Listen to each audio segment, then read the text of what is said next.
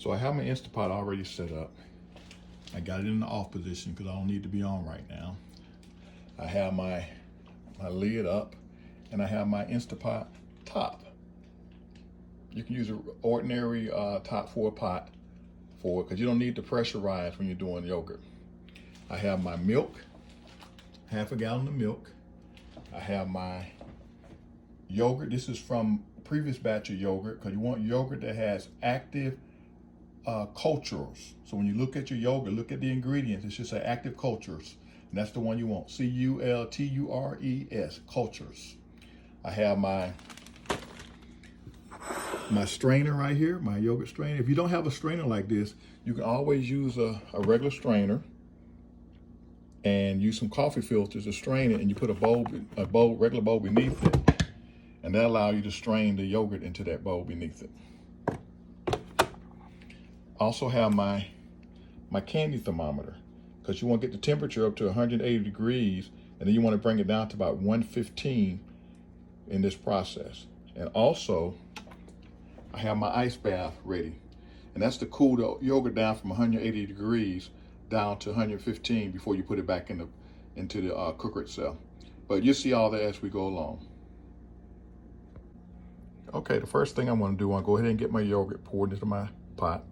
I guess I have a half a gallon of milk.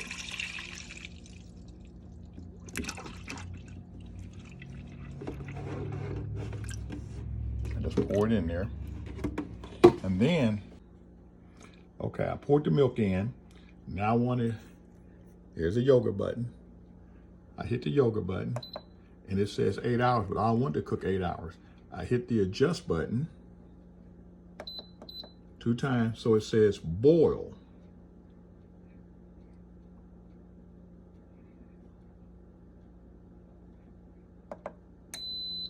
See, now it says boil, B-O-I-L. Now it's going to make the yogurt. And it's going to take about 20 minutes for it to come up to temperature. And then I come back and then I give it the ice bath. So after it says boil, one thing you want to do, you want to go ahead and put your lid on it. And you'll be good to go. One thing I forgot to mention is extra rings. Because when you cook savory foods and stuff that's spicy, it tends to get into the ring because the rings are silicone, so it absorbs those odors, those smells into it, and you don't want your yogurt tasting like steak. So I bought extra rings. They have them in color, so that way you can distinguish, like a red one for meats, a blue one for desserts and things of that nature, whatever you decide to do with it. But get yourself some extra rings before you take on the challenge of making yogurt. I have a pot that's specifically for yogurt, and I have one pot that I use specifically for making all my savory stuff. And I have one little small pot for the rice that we use to make rice and small things in, and have a big one for big crowds. So you gotta have 4 InstaPots. But when you do it, get the extra rings for it. And like I said, we're just gonna let it do its thing. It takes about 20 minutes to get to that 180 degrees, and you can go sit down and do something for 20 minutes, and you come back and you give it an ice bath. All right, so we're at the first stage of the yogurt now. It has boiled for over 20 minutes, and now it's time for me to give it the ice bath and check the temperature of it. As you see, the lid shows the condensation from the lid. I have my active yogurt culture sitting right there, and you'll see what I do with that later on. There's my thermometer that I'm going to use. And I mentioned about the ring, the buying extra rings. You don't need it for the yogurt because you're not using it. If you actually use the lid itself, you're going to need it to keep the savory smell from getting into your yogurt. But if you use a regular top or InstaPot top, you want to worry about the ring. Okay, let's go ahead and cool it down.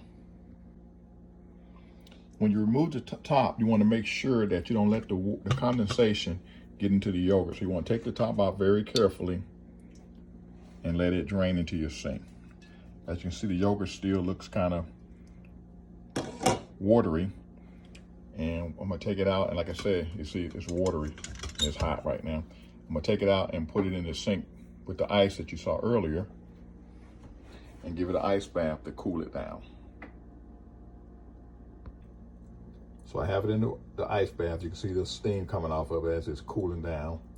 You also would need a wire whip so that you can stir it to get the temperature down from being in the ice bath. So right now, the temperature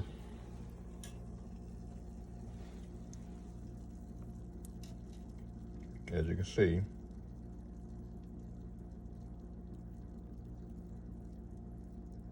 about 145 degrees.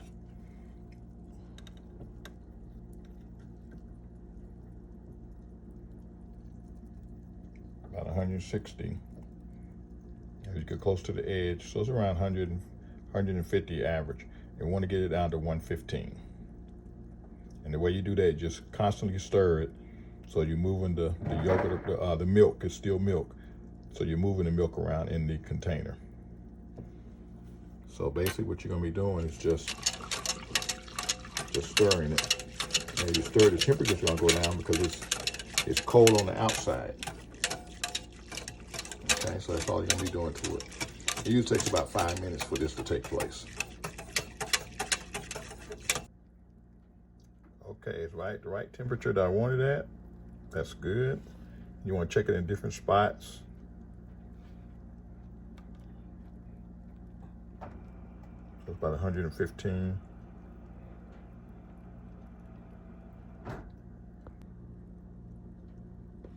So the temperature is right where I want it at. Yep, perfect. So I'm gonna go ahead and pull it out. And when you're stirring it, don't scrape the bottom of it when you're doing it with the wire whip, because you don't want to bring that the stuff that's settled on the bottom. You don't want to bring it up, so you want to just stir it lightly. Okay. When you pull out the water, you want to wipe the outside of the pot down so it's dry. And then you want to put it back into the InstaPot warmer. So I placed it back inside the pot, and now I want to get a scoop of the milk, and I want to mix it with my active cultures. Okay. So you're gonna mix the milk with the active cultures. So I just basically just stir it to it all dissolve. That's about 2 tablespoons of active cultures of the yogurt. And so you see it's all nice and ready. And then what you want to do, you want to take those active cultures that you just mixed in, and you want to add it to your milk. Then once you add it to your milk, now you want to stir that in there. Get those cultures active.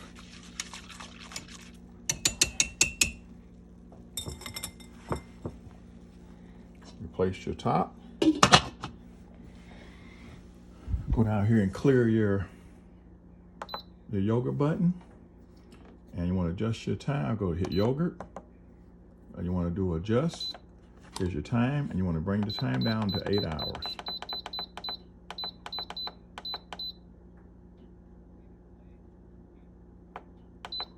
Okay, once again, we're gonna stop it. You're gonna hit your yogurt button. You hit adjust, and then you want to bring your time down. Hit adjust again. It brings it down to 8 hours, and in a moment it's gonna say yogurt. Well, it's gonna start counting up to the time, excuse me. So now you can go to bed, and 8 hours from now, it will be yogurt. But I always drain mine because I like it to be thick. And you'll see that in the morning. All right, until then, good night. So we're 5 minutes into it as it's doing its thing. 7 hours and 55 minutes left.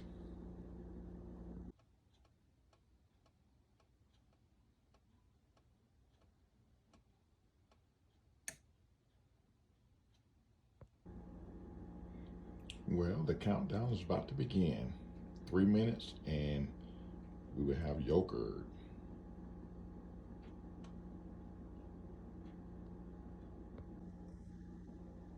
The final countdown. 1 minute to go, or less than a minute.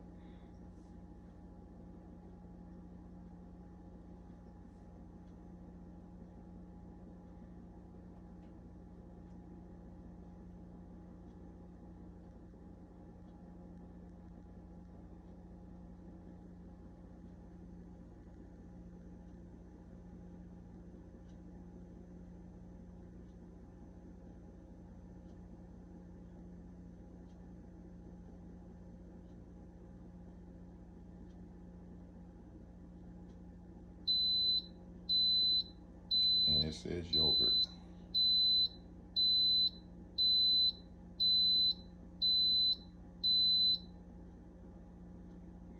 And once it says yogurt, it does not keep it warm, so you need to be up and ready to transfer it from the pot to the strainer.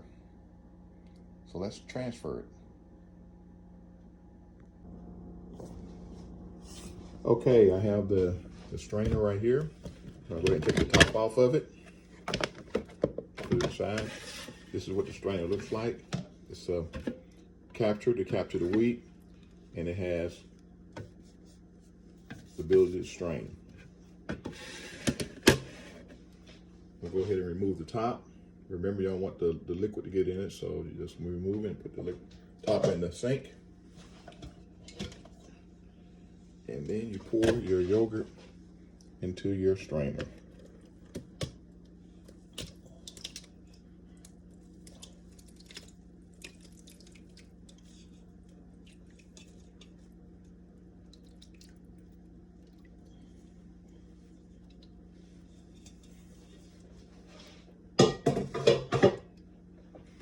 And what you see draining in the bottom, that's the whey from the yogurt, the liquid, to make, I'm making a Greek yogurt, so it's gonna get rid of all the liquid out of it. And I put it in the refrigerator, and in about 6 hours I can check it, and we should have yogurt. Well, the yogurt is done. As you see, that's the whey, the draining from it. It has been strained. This is the actual yogurt here.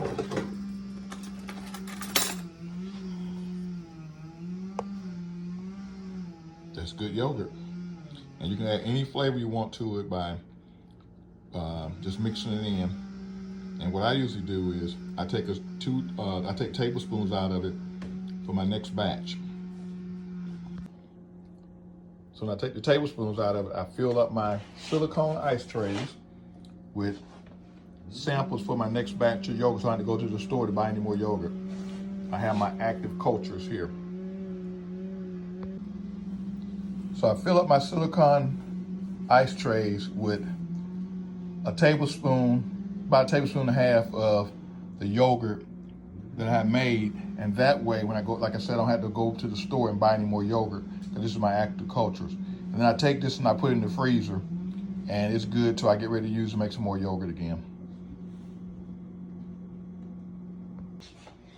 Also with the whey, you can use the whey for making breads and other different things. So, and they say it's real good to mix with dog food, that the dogs love it. So I haven't did anything with the whey yet, but that's what I've heard. I'm about to try that out next. I sweeten it with honey, and I use true lemon, or I use true lime, or any other flavor that I want to use to give it a different flavor. But I don't do it when I go to pull the active cultures. I do that plain, so that way it won't be flavored when I get ready to make my new batch. And that's how you make yogurt.